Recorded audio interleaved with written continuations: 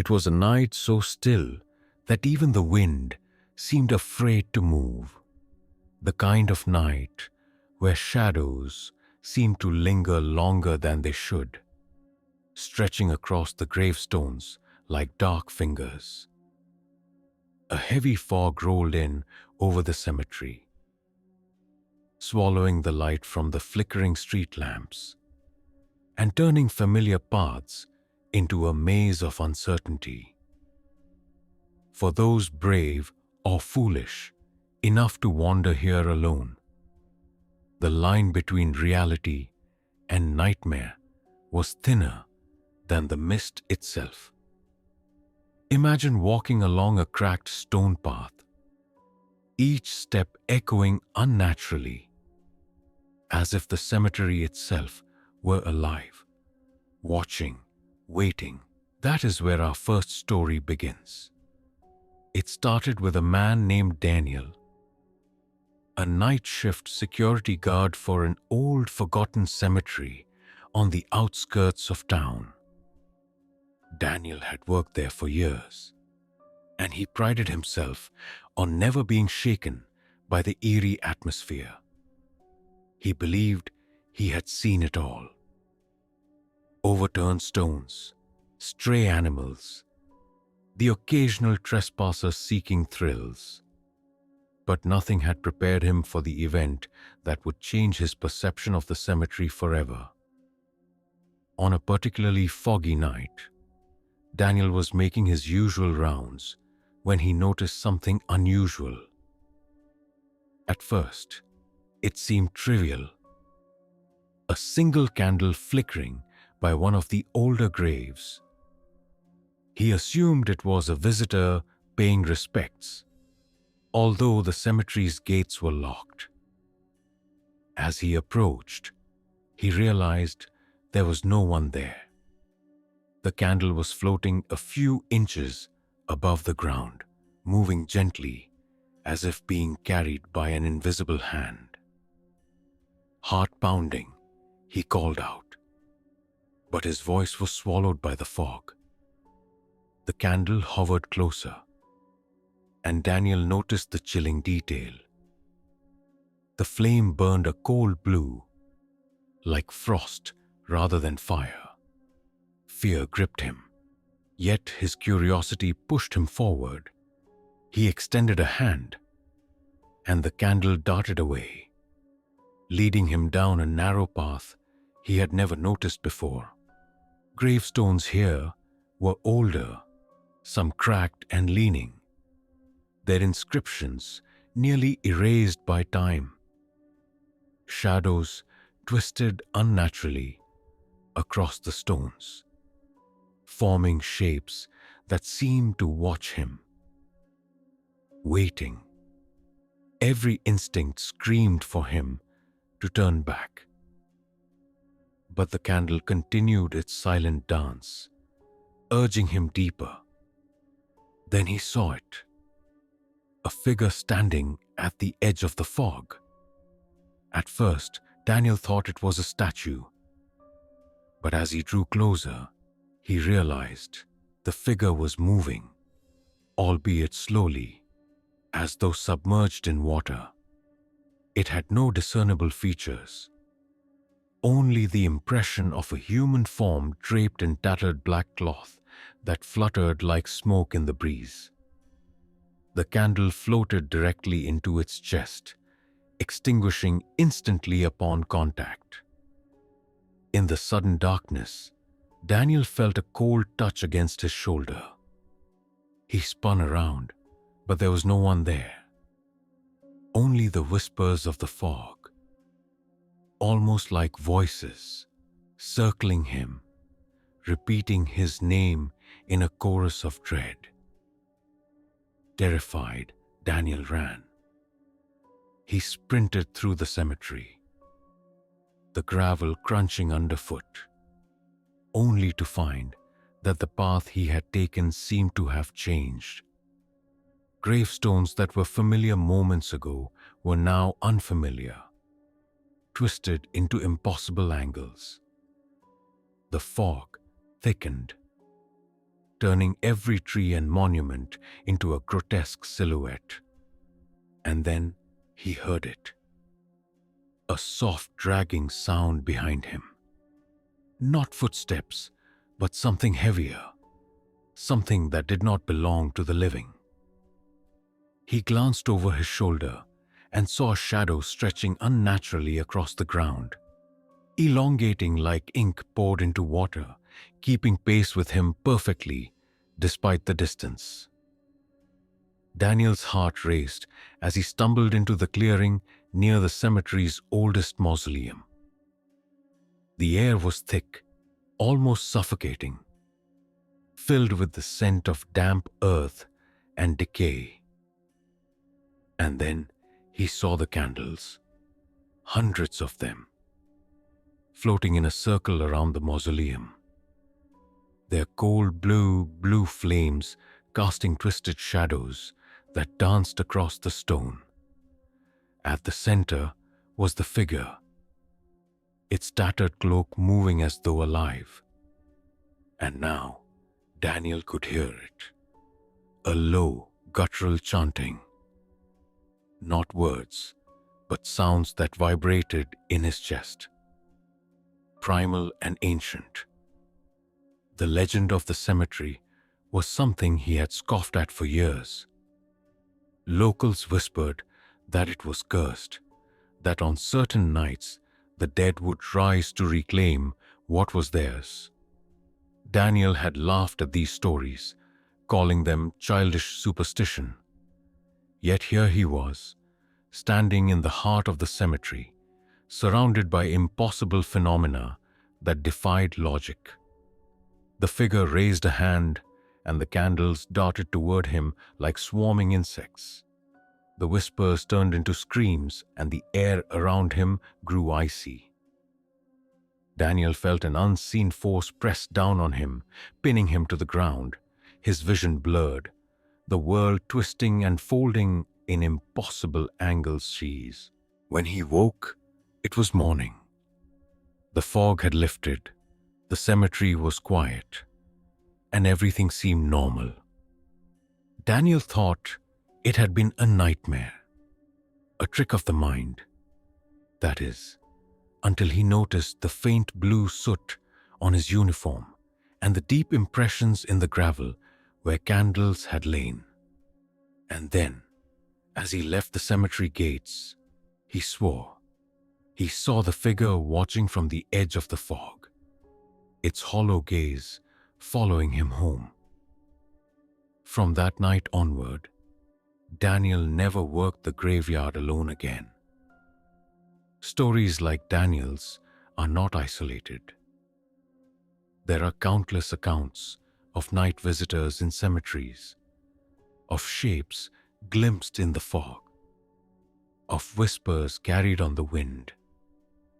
In some cemeteries, people report candles appearing and vanishing, or statues that seem to move when unobserved. Often, these occurrences are dismissed as tricks of the mind or the result of fatigue and imagination. Yet, the consistency across different locations and witnesses suggests something more sinister. That the boundary between the living and the dead may be far thinner than we dare to imagine. Consider this. A cemetery is a place of memory, a repository of lives once lived. But what if the act of remembering creates an echo, a residue that lingers beyond the grave? Perhaps it is these echoes that form the shapes and whispers reported by the brave souls who walk among the tombstones at night. Or perhaps the dead are not content to remain silent, and certain nights awaken them, drawing in the living as witnesses or as prey. The fog, the shadows, the inexplicable movement, they could all be manifestations of forces beyond comprehension. Forces that exploit curiosity and fear alike.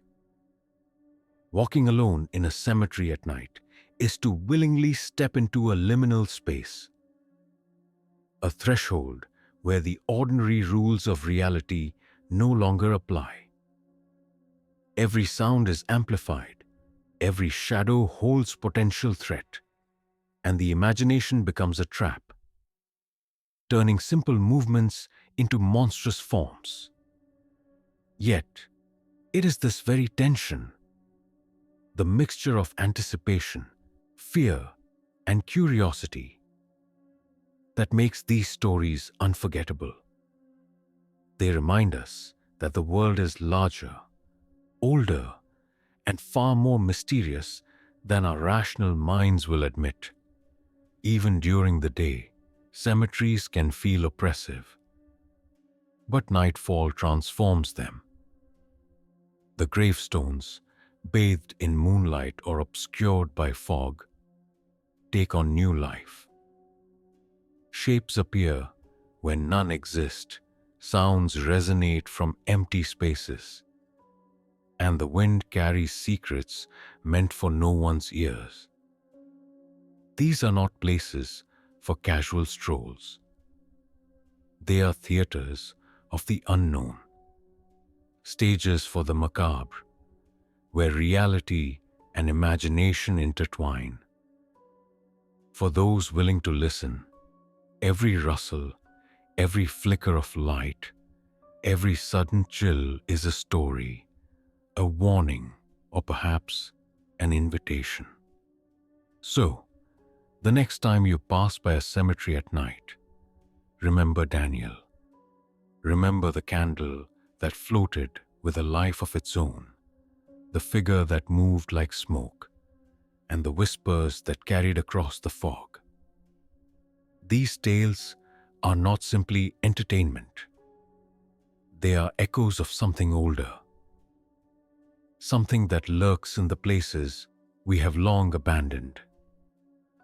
And for those who dare to enter, the question is never whether you will see something. It is whether what you see will ever let you leave unchanged. The cemetery is not just a place of death. It is a crossroads, a meeting point where the living brush against the remnants of lives long past. On nights when the fog curls low across the graves, the air thick with the scent of damp earth, there are those who claim the dead reach out, not with hands, but with intentions. A young woman named Claire learned this lesson the hard way, though at the time, she thought she was simply taking a shortcut home through the old Green Hollow Cemetery. Claire was not easily frightened. She had spent her childhood exploring abandoned buildings, wandering through forests, and testing the limits of what her friends called courage. But Green Hollow Cemetery had a reputation, one she had been warned about, though she didn't take it seriously. On that particular night, the moon was a thin crescent, barely lighting the cracked stones and leaning monuments. The fog was dense, curling around tree roots and gravestones like ghostly fingers, and the wind carried whispers so faint they could almost be mistaken for imagination. She had been halfway through the cemetery when she noticed a figure sitting atop one of the older mausoleums. It was small, hunched, its long hair spilling over its face, and she instinctively knew it was watching her. Fear pricked at her senses, but curiosity pushed her forward. As she walked closer, the figure vanished, leaving nothing but a sudden, unnatural silence. The absence of sound was disorienting, making her own footsteps echo in ways that felt unreal. It was then she realized she had lost track of the path she had come from. The familiar markers, the gates, she thought she'd passed were gone, replaced with gravestones she did not recognize. Claire tried to call for help, but her voice seemed to disappear into the fog. Her phone, which had been alive with notifications just moments before, now displayed only static, the screen flickering with brief shadows. Panic began to rise, a cold crawling sensation along her spine. And then she heard it. The whispering. Not a voice she could identify. Not words that formed sentences, but a low melodic sound, like someone singing in a language she had never heard. The melody twisted and looped, each note reverberating inside her skull. It was both beautiful and terrifying, drawing her forward despite every instinct screaming to flee. The path opened into a small clearing, a forgotten section of the cemetery overrun with weeds and ivy. In the center stood a circle of old gravestones, cracked and worn with age.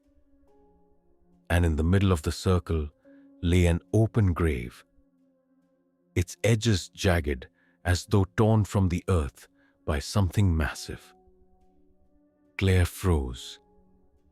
The singing had stopped, replaced by a soft, wet scratching sound from inside the grave. Her eyes adjusted to the darkness, and she saw it. A hand, pale and slick, emerging from the soil, followed by another. Then a head, hair matted with dirt pushed upwards, revealing eyes that gleamed in the moonlight with an unnatural hunger. Claire stumbled backward, heart racing, but the ground beneath her seemed to shift. The graveyard was alive, or at least it felt that way. Shadows twisted along the edges of the circle, forming shapes that seemed to reach for her, beckoning, warning, promising. And then the figure from the mausoleum appeared at the edge of the clearing, not walking, but gliding across the grass with a fluidity that defied gravity.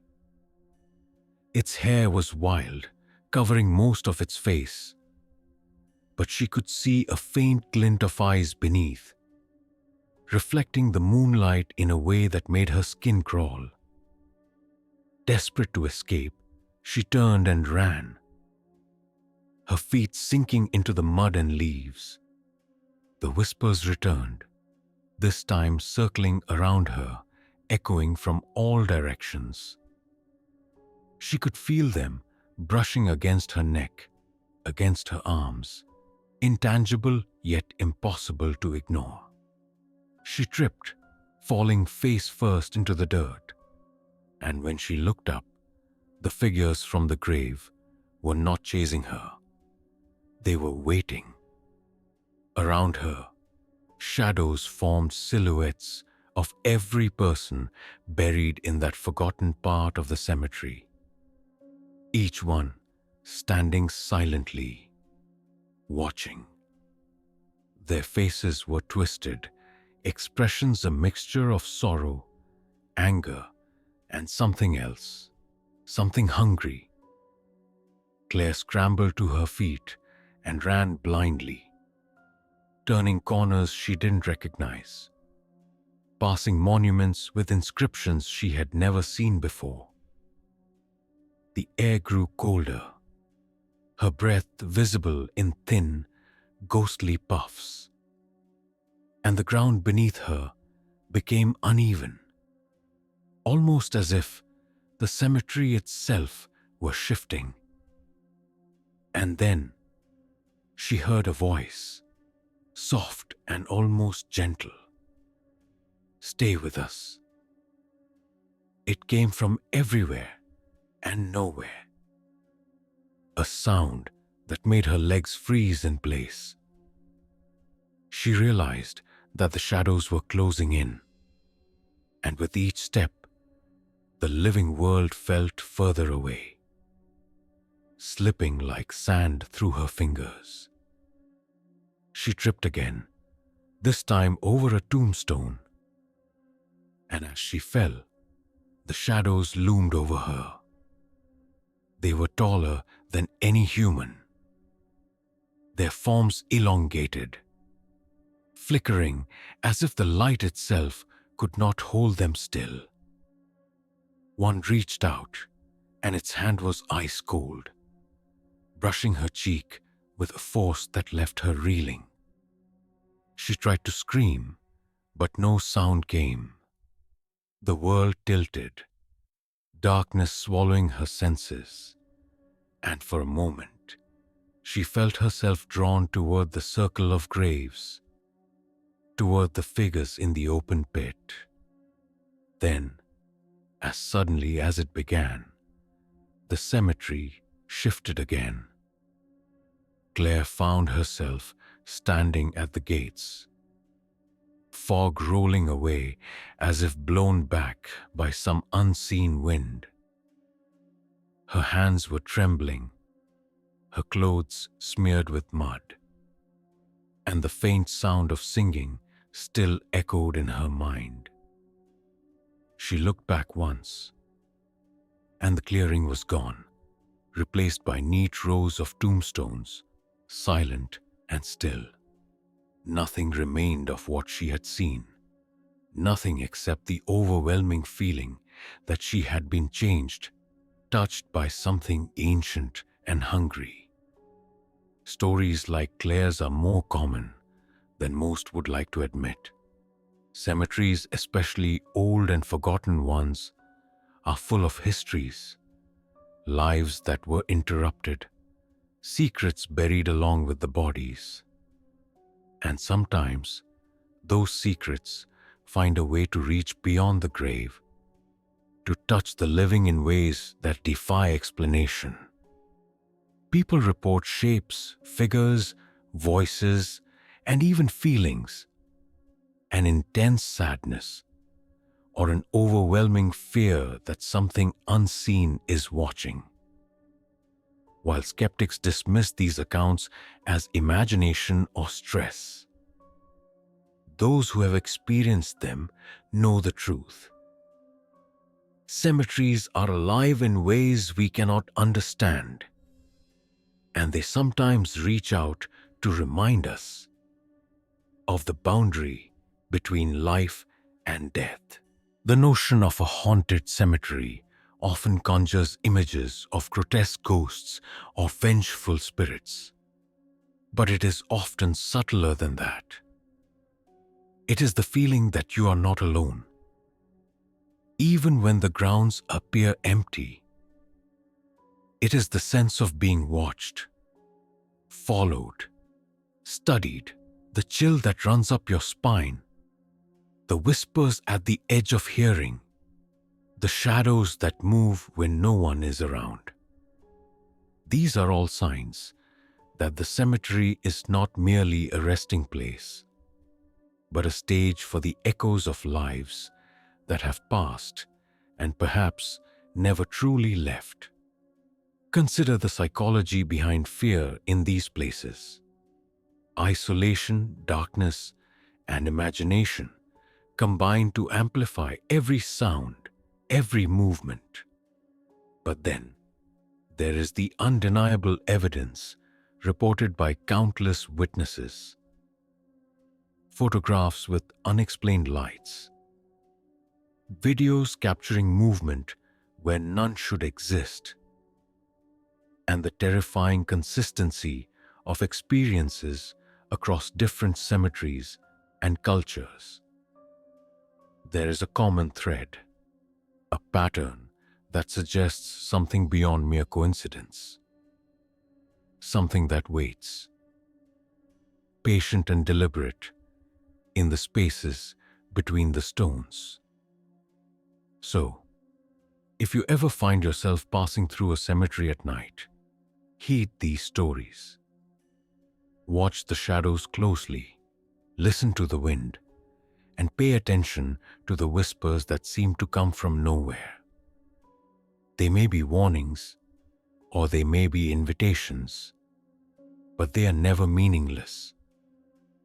And remember Claire, who survived the night, but never again ventured into that part of the world without dread. The cemetery waits, timeless and unforgiving. And for those who cross its paths alone, it offers only one certainty: that the world of the dead is closer than it seems, and sometimes the dead are not content to remain silent. The old Maplewood Cemetery had been closed to the public for decades, but curiosity is a dangerous companion. And for a group of college students, it proved irresistible. They had heard rumors of the crying angel, a statue said to weep real tears at midnight, and decided one night to see it for themselves. Among them was Jason, the de facto leader, confident, daring, and unafraid of ghost stories. He had convinced the others that the statue was a hoax, nothing more than weathered stone.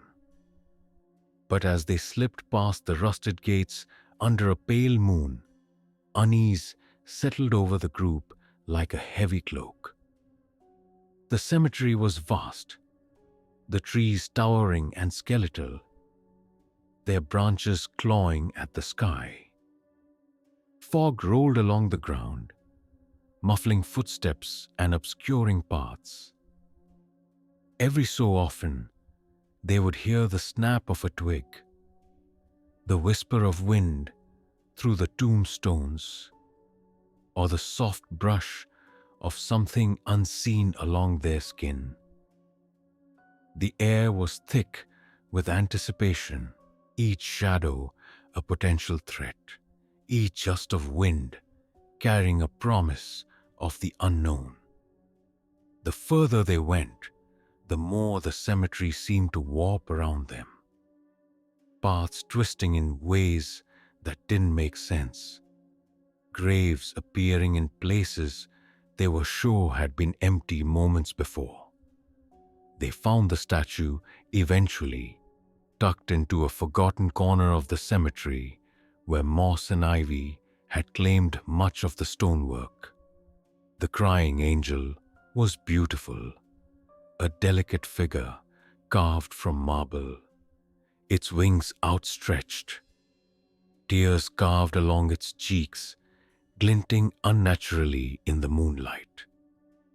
Jason approached first, brushing away the moss and tracing a finger along the angel's face. "See? Nothing here," he said, though his voice lacked the conviction it carried earlier. As midnight approached, a chill swept through the cemetery. The group huddled together, whispering nervously, when a sound pierced the air. Soft, agonized, and impossibly human. It was a cry, low and mournful, echoing between the tombstones. The students froze, each of them staring at the statue. The carved tears on its cheeks seemed to glisten more, catching the faint light in ways that suggested movement. Then, with a sound like shattering porcelain, one of the angel's stone eyes fell from its socket, clattering across the stone path. Panic set in. One of the students, a girl named Emily, insisted they leave immediately, but the others hesitated, compelled by curiosity and the fear of being seen as cowards. Then the crying began in earnest, surrounding them. It was not coming from the statue alone, but from all around them, whispering, sobbing. Voices of men, women, and children, each layered over the next, creating a chorus of sorrow. The fog thickened, twisting into shapes that seemed human, reaching for them with ethereal hands. Jason tried to rationalize, saying it was wind and acoustics. But even he could feel the unnatural weight in the air, the undeniable presence of something watching, judging, waiting. The voices called names, their words slicing through the night. Jason, Emily, come with us. The students realized, too late, that the cemetery had changed while they were distracted. Paths they had used to arrive were gone, replaced by twisted rows of graves and gnarled trees that seemed to shift when no one looked directly at them. A sudden movement at the edge of the fog caught Jason's eye. A figure, barely visible, crouched low to the ground, its limbs unnaturally long, moving with a jerking, inhuman rhythm. It seemed to be observing them, a predator calculating the best way to strike. The students tried to retreat, but each step felt heavier. The earth beneath their feet sticky, almost alive. The shadows of the trees stretched impossibly, forming shapes that resembled the bodies of the dead. Their faces twisted in silent screams. One by one, the students began to vanish.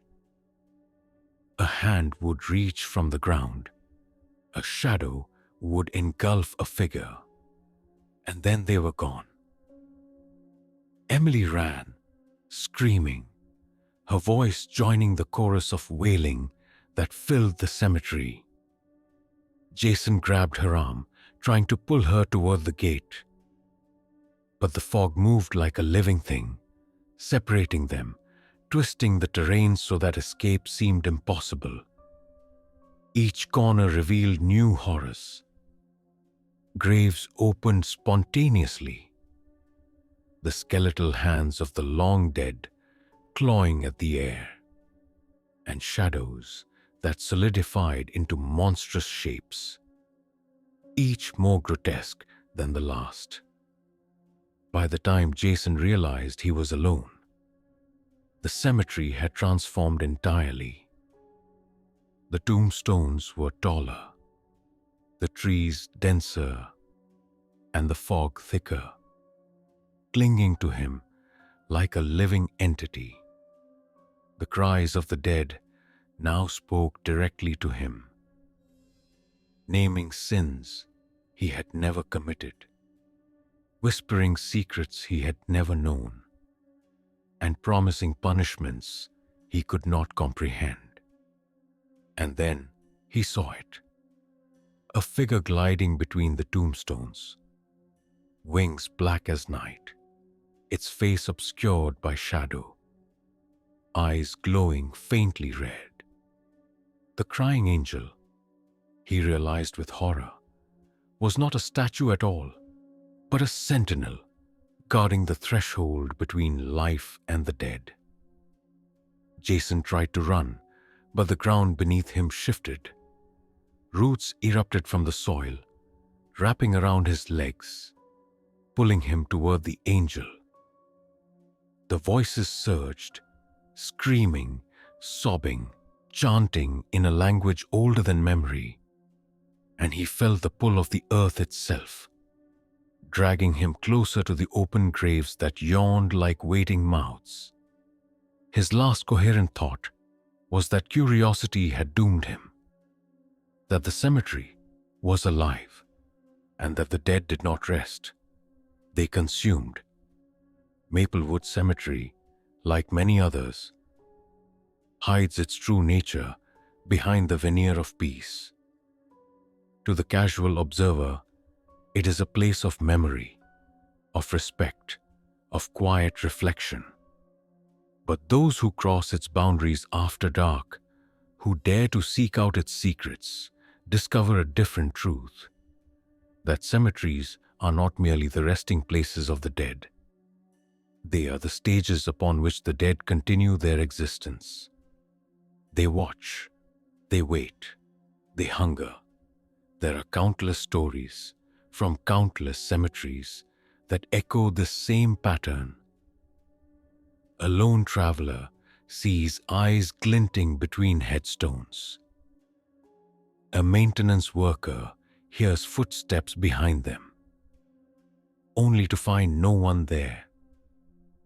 Children playing hide and seek in abandoned sections report figures watching and then vanishing when approached. Even the bravest skeptics report an unease, a presence, a sensation that something unseen is close enough to touch. It is a universal truth whispered in every culture, across every era. The dead are not silent. Psychologists might explain these experiences as fear, stress, or expectation. But the consistency of the accounts, the specific details reported, and the intensity of the experiences defy simple explanation. There is a logic in the terror, a pattern in the chaos, suggesting that cemeteries are not passive repositories of memory, but active, living spaces in their own right. They respond to trespassers, to curiosity, to fear. They interact, and for those unfortunate enough to draw attention, the consequences can be permanent. Maplewood Cemetery is still closed today, its gates rusting and sagging. The crying angel still standing among the weeds and broken stones. Visitors report occasional sounds, cries in the distance, shadows moving when no one is there. Paranormal investigators have tried to document activity, but many retreat after encountering the inexplicable, voices that respond to questions before they are asked, shadows that solidify into shapes that should not exist, and the inescapable feeling of being watched. Those who linger too long sometimes do not leave at all. Word of caution: curiosity about cemeteries, especially abandoned or old ones, carries a price. The boundary between life and death may seem thin, but in these places, it is razor sharp, waiting for anyone foolish enough to tread too close. The dead are patient, they remember, and when the living intrude, they reach out, not always with malice, but with a certainty that the living will understand. Eventually, the weight of the grave. Even in stories where the living survive, the encounter leaves a mark. Sleep becomes uneasy. Shadows seem to follow, and the whispers in the dark continue long after leaving the cemetery. Those who have been touched know that the world is larger, stranger, and far more terrifying than the everyday life of work, school, or mundane routines suggests. The dead are never far away. They are in the corners of your vision, in the soft rustle of leaves, in the fog that creeps along the earth. And so, the next time you walk past a cemetery at night, consider the stories of those who venture too far. Remember Jason and Emily, Claire, and countless others whose curiosity drew them into the unknown. Listen to the wind, pay attention to the shadows, and be wary of the whispers that seem to come from nowhere. The cemetery may appear empty, peaceful, benign, but it is never truly so. Beneath the stones, beneath the soil, the dead wait, watch, and remember every step you take. Even after leaving Maplewood Cemetery, the terror lingers. Jason's disappearance left a permanent scar on the minds of those who accompanied him that night. Emily, traumatized, avoided cemeteries for years. Yet even in the safety of her apartment, she couldn't escape the feeling of being watched. Shadows seemed to stretch unnaturally across her walls, and sometimes she thought she heard faint, agonized whispers, calling her name in the dead of night.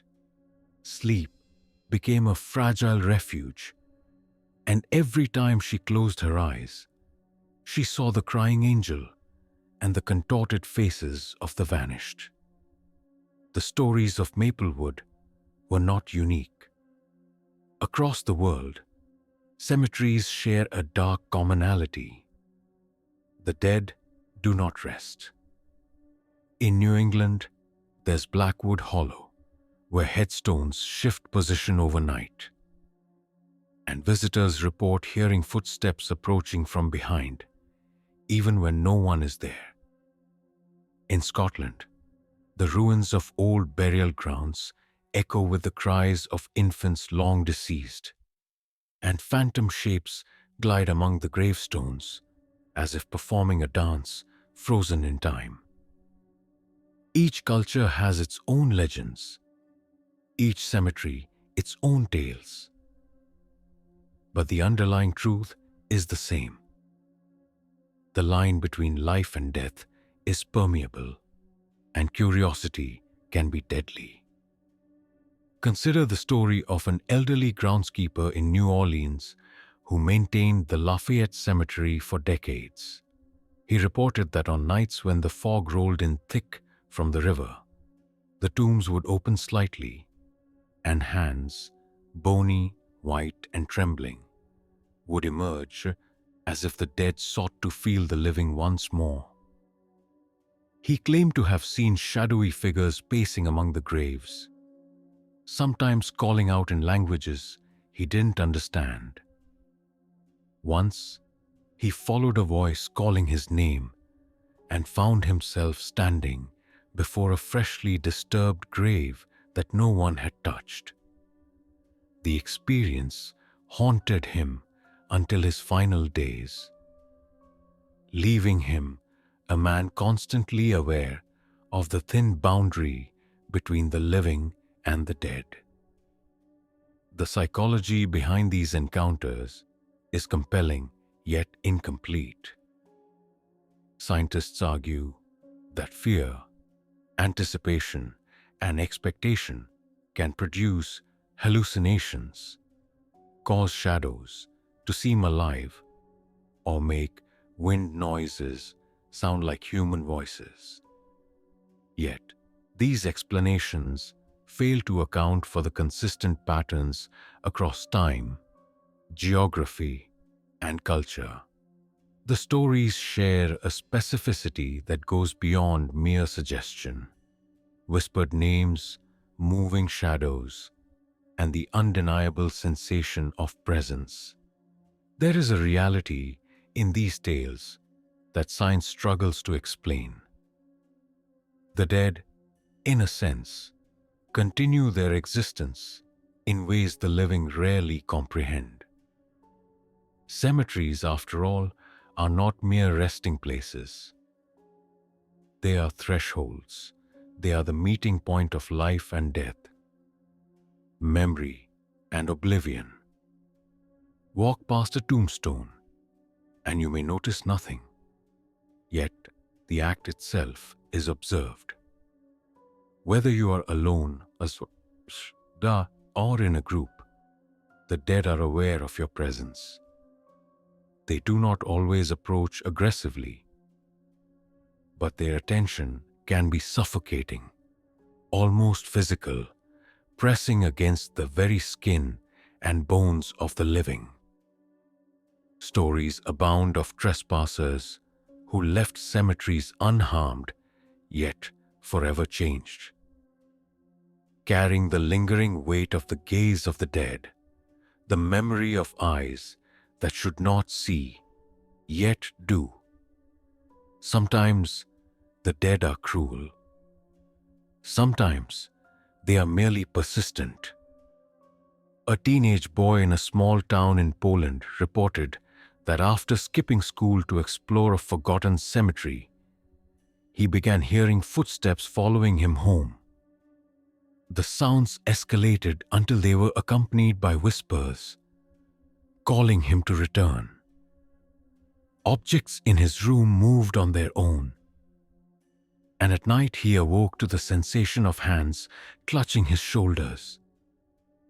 Even when he fled down, the whispers followed, soft but persistent, always calling, always beckoning.